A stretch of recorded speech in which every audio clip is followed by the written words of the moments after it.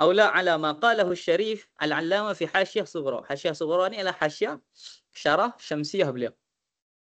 Ya, hasyiah Syarif adalah syarah Syamsiah beliau yang mana ia ditulis ketika mana beliau mengaji syarah Syamsiah dengan anak murid kepada sahib syarah Syamsiah.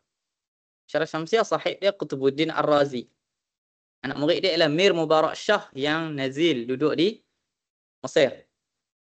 Jadi Syekh Syarif pergi ke Mesir lah mengaji dengan Mir Mubarak Shah ni. Sebab apa? Sebab dia nak mengaji dengan Qutubuddin Ar-Razi. Qutubuddin Ar-Razi dah tua. So dia mengaji kitab tu dengan Mir Mubarak Shah, anak murid kepada Qutubuddin tu. Dan satu malam bila duduk kat asrama, Mir Mubarak Shah dia ronda lah nak tengok student dia buat apa kan.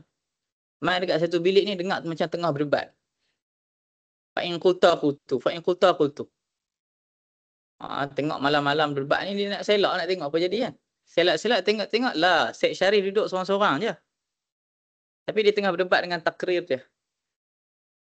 So hasil takrir dia mengaji syarah Syamsiah dengan Mir Mubarak Shah yang dia iktiraf sendiri tu, itulah yang jadi hasyiah beliau terhadap syarah Syamsiah yang ada sekarang. Tu cara ulama dulu himmah. Tak faham balik rumah. Baca kuat-kuat nak lawan diri sendiri iktiraf betul ke ni, betul ke?